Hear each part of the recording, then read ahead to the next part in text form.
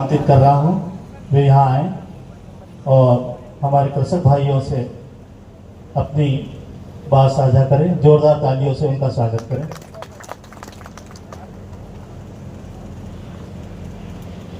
राम राम किसान भाइयों,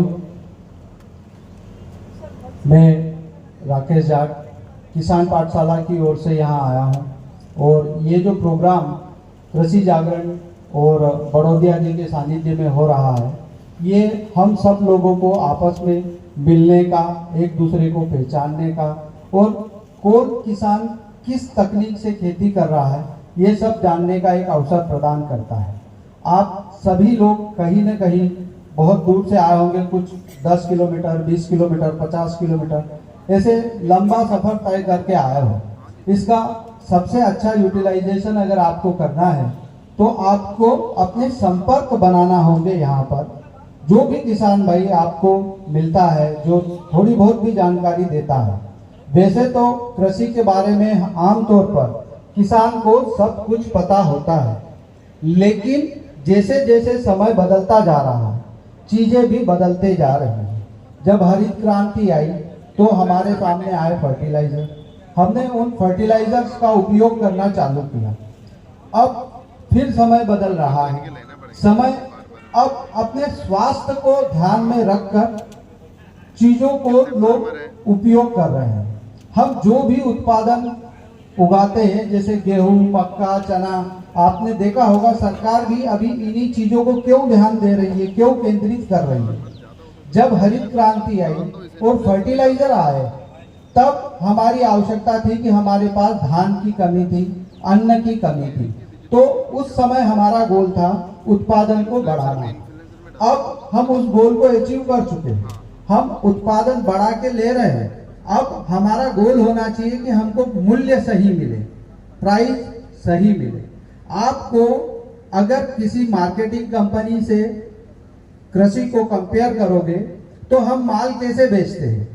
कोई भी व्यापारी जब आपके पास कपास, गेहूं, मक्का कुछ भी खरीदने आता है, एक एग्जाम्पल लेते हैं सोयाबीन। अगर आपने सोयाबीन लगाया है और थोड़ी देर के लिए मान लीजिए कि मैं एक व्यापारी हूँ, मैं आपके यहाँ खरीदने आया हूँ सोयाबीन, तो मैं क्या कहूँगा, पहले तो मैं आपके माल की वो करूँगा कि जो जो उसमें कमियां हैं वो कमियां आपको दिखाऊंगा, जिससे आपका माल कम लागत में बिके।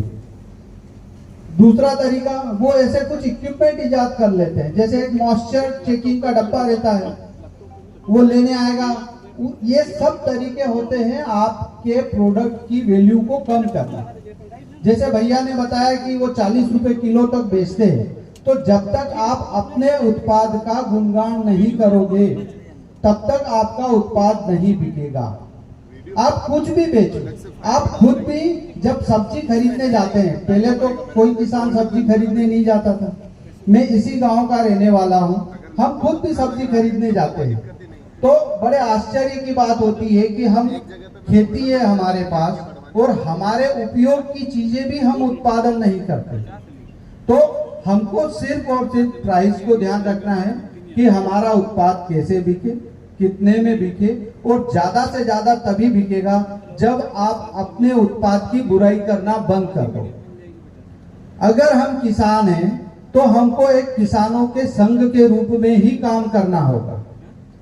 हम क्या करते हैं, कपास आया तो पहला रोना रोते हैं कि भाई इसको रखूं कहाँ, भरूं कहाँ, ये यहीं से बिक जाए। तो आप व्यापारी आपको इतनी सुविधा देता है कि आपको मंडी तक भी जाना नहीं है, पर उसमें देखो वो 100-200 रुपए जो बढ़ा के देता है। अभी बीच में कई तरह के फ्रॉड होते हैं, हम तो पर्ची तक नहीं लेते। जो माल बेचते हैं उस माल का परचेज बिल, सेल बिल कुछ भी नहीं होता। सिर्फ अगर थोड़ी देर के लिए मान लीजिए कि मैं आपसे कपास लेने आया हूं, तो आप कपास कैसे बेचते हो, भाई 4000 का भाव चल रहा है, मैंने आपको 4200 बोले हैं, आप मेरे को दे दोगे, बदले में मेरे से क्या लोगे, कुछ नहीं। अब अगर मैंने आपका माल ले लिया, बेच दिया और पैसे में खा गया, आप कैसे वसूल करोगे। ये छोटी छोटी बातें हैं जो आपको ध्यान रखना है। हमको जो 40,000 50,000 का गड्ढा मिलता है वो हमारे 3-4 साल को प्रभावित कर देता है। लेकिन जो हमको गड्ढा दे के जाता है उसके लिए वो कोई बहुत बड़ी रकम नहीं है, लेकिन एक किसान के लिए तो वो रकम बड़ी होती है, क्योंकि हमको फिर से वही काम करना है, बीज लाना है, फसल लगानी है और धीरे धीरे अपनी दिनचर्या को आगे बढ़ाना है। अब देखो आपको लेबर भी महंगा मिलता है। क्यों महंगा मिलता है लेबर? वो इसलिए महंगा मिलता है कि वो डिमांड करता है कि भाई मैं सुबह 6 बजे से 2 बजे तक काम करूंगा, पैसे मेरे को पूरे चाहिए। लेकिन कभी भी आपने आपके प्रोडक्ट की डिमांड नहीं की कि भाई मेरा प्रोडक्ट इतने का है, मेरा गेहूं मेरे को 30 रुपए 40 रुपए किलो बेचना है, तो कैसे बिकेगा? अब आज तो नहीं बिक सकता, लेकिन आप आज से शुरुआत करो, मार्केटिंग की करो और आज ये कसम खाओ कि कुछ भी हो जाए, हमारी जेब में अगर खोटा सिक्का भी है और उसको हमको चलाना है तो हम कभी भी उसको खोटा तो नहीं बोलेंगे। अगर आपने एक बार भी उसको खोटा बोल दिया तो फिर वो चलेगा नहीं। अगर आपको उसको चलाना है तो खोटा मत बोलो।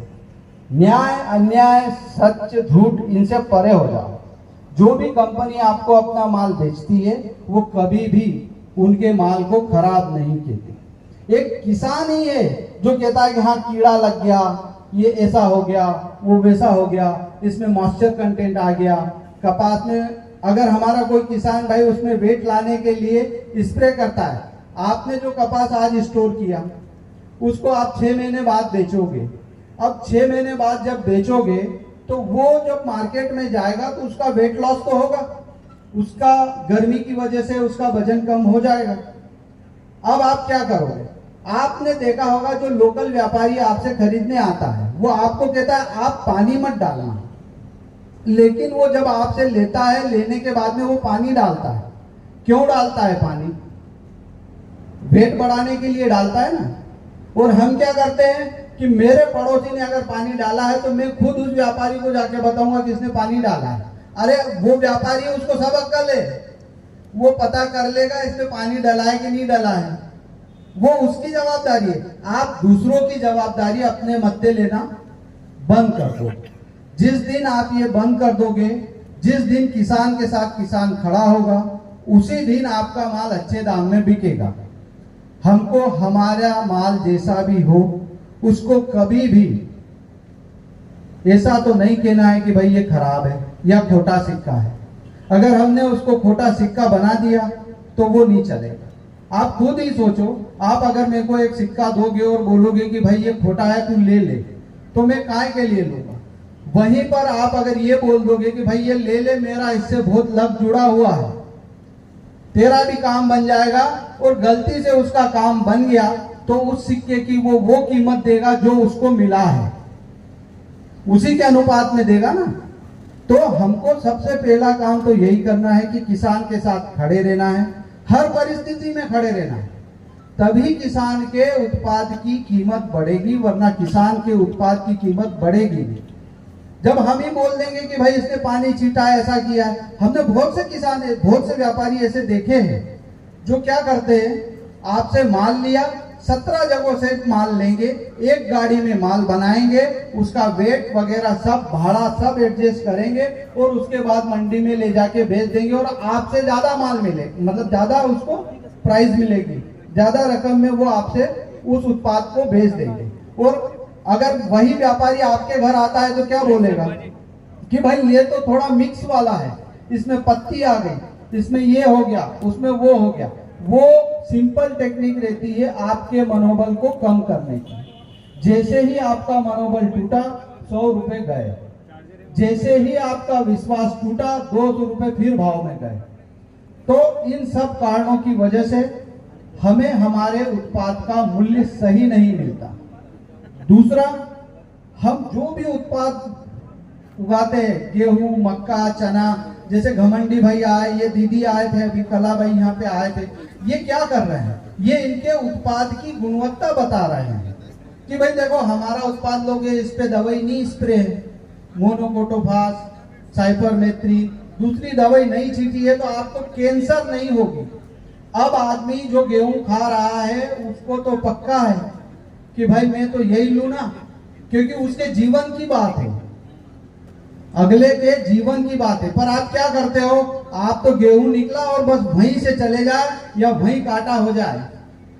पर आप कभी भी व्यापारी से उसकी पर्ची नहीं लेते, उससे कुछ भी रिटर्न में बिल नहीं लेते कि भाई तूने मेरे से माल खरीदा है, इतने का माल हुआ है, तूने इतने पैसे मेरे को दिए। ऐसा कोई किसान करता है क्या? नहीं करता। हम केले की फील्ड में काम करते हैं ज्यादातर।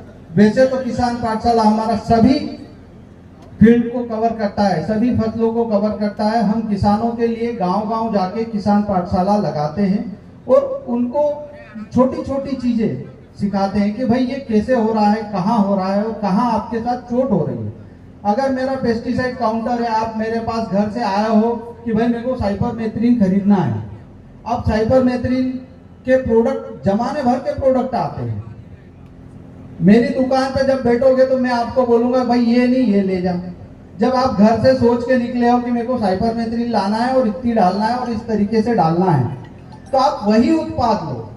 आप क्या करते हो? आप दूसरों पे भरोसा करते हो। जब तक आप दूसरों पे अंधा भरोसा करोगे तब तक आपका मुनाफा कोई और ले जाएगा। व्यापारी क्या करता है? केले का एक सिंपल एग्जांपल देता हूं। हम सभी बाजार से केला खरीद के खाते हैं। बाजार में केले का भाव क्या है? बड़वानी का एग्जांपल ले ले तो 40 रुपए से लगा के 60 रुपए तक दर्जन में बिकता है। इतना ही बिकता है कि इससे कम ज्यादा बिकता है? 40 रुपए से तो 60 के बीच में ही बिकता है। लेकिन अब उसमें कहाँ खेल होता है? किसान के पास से जो केला निकलता है और मार्केट में जो भी प्राइस बिकता है उसमें सीधे आप 4 का भाग दे दो तो किसान का रेट आ जाता है। अगर 40 रुपए में केला आपको मंडी में मिल रहा है, मतलब खाने के लिए केला जो 40 रुपए में मिल रहा है, आप 4 का भाग दे दो तो 10 रुपए का किसान का भाव है। 10 रुपए का उस लोडर का भाव है जो लोडिंग करता है। 10 रुपए का उस राइपिंग चेम्बर वाले का भाव है और 5 रुपए बढ़ा देता है वो जो ठेले वाला बेचता है वो। या सभी चीजों में ऐसे ही होता है। आप देखो ना, आप करेला खरीद के लाओगे तो करेला क्या भाव मिलेगा आपको? गिलकी खरीद के लाओगे क्या भाव मिलेगी? बेचने जाओगे तो क्या भाव बिकेगा? तो इसमें इतना अंतर क्यों है? वो अंतर सिर्फ इस वजह से है कि हम हमारे उत्पाद की गुणवत्ता को स्वयं ही गिरा देते हैं। हम उसकी कदर नहीं करते। हमारे घर में 2 बच्चे हैं, एक बच्चे को हम ज्यादा लाड़ करते हैं और एक बच्चे को कहते हैं कि ये मत कमाओ है। जबकि अगर मान लीजिए कि आपके 2 बच्चे हैं और एक की नौकरी लग गई तो क्या वो आपके साथ रहेगा? नहीं रहेगा ना, वो तो कहीं जाके नौकरी करेगा। तो कमाओ पुत्र कौन सा हुआ? मत कमाओ, क्योंकि सर्विस तो वही देगा आपको। खेत में जाएगा, खेती करेगा, तुम्हारे सब हुजूर मतलब जो भी हुकुम बजाओगे वो काम पूरे करेगा।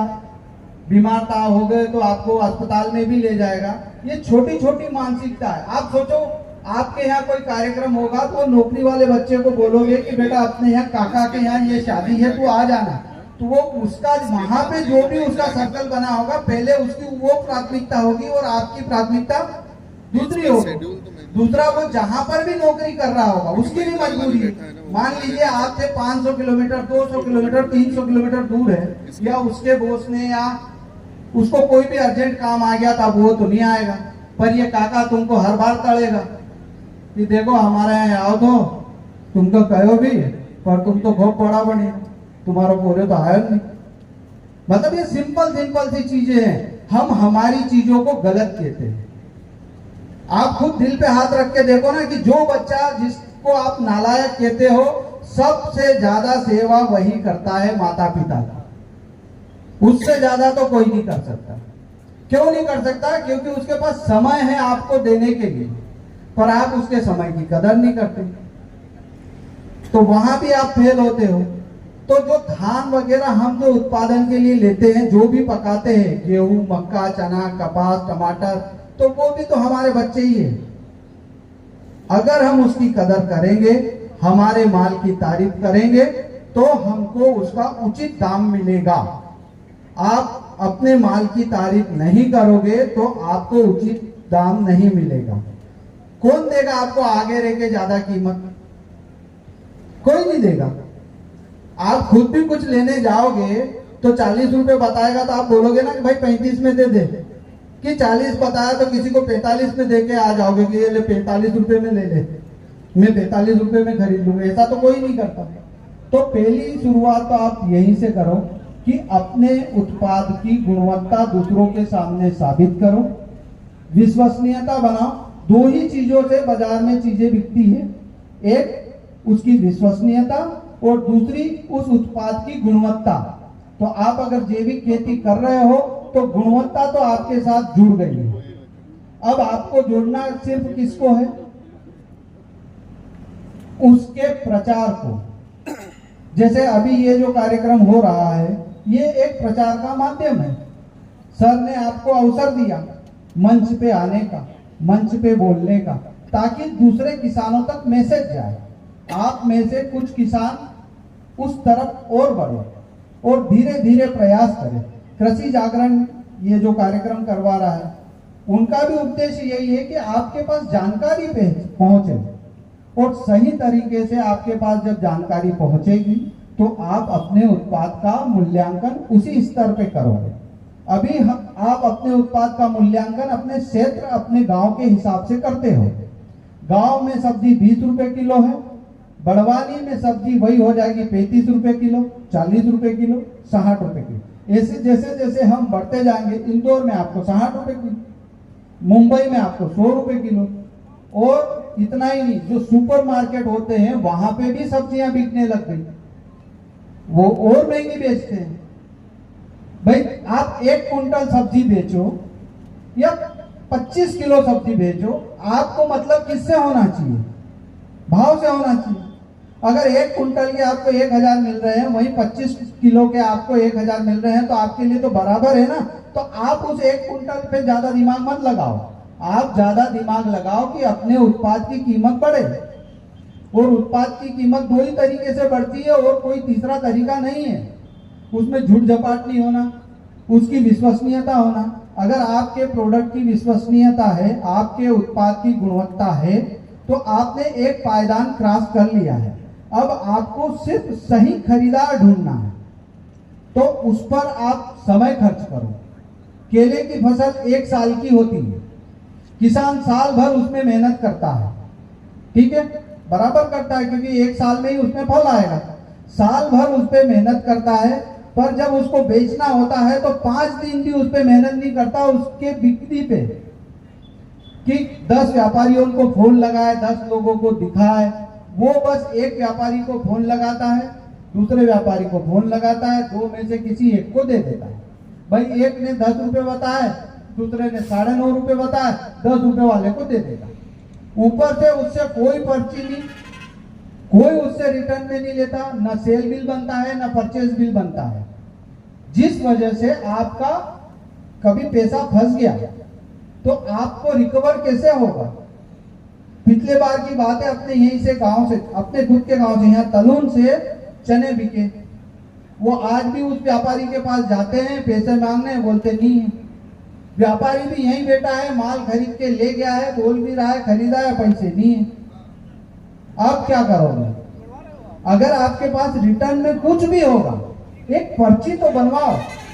जब तक आपके हाथ में वो पर्ची नहीं आई, मतलब आपने अपने उत्पाद की कीमत इतनी गिरा दी है कि आप बेचते वक्त तो उसकी पर्ची भी नहीं बनवाते कि भाई तेरा 5 कुंटल गेहूं लिया है, इतना पैसा बना है, तेरी फर्म का नाम ये है, इतने में तूने लिया है, बयाने में या जब हमारा सौदा हुआ था उसमें तूने मेरे को इतने पैसे दिए।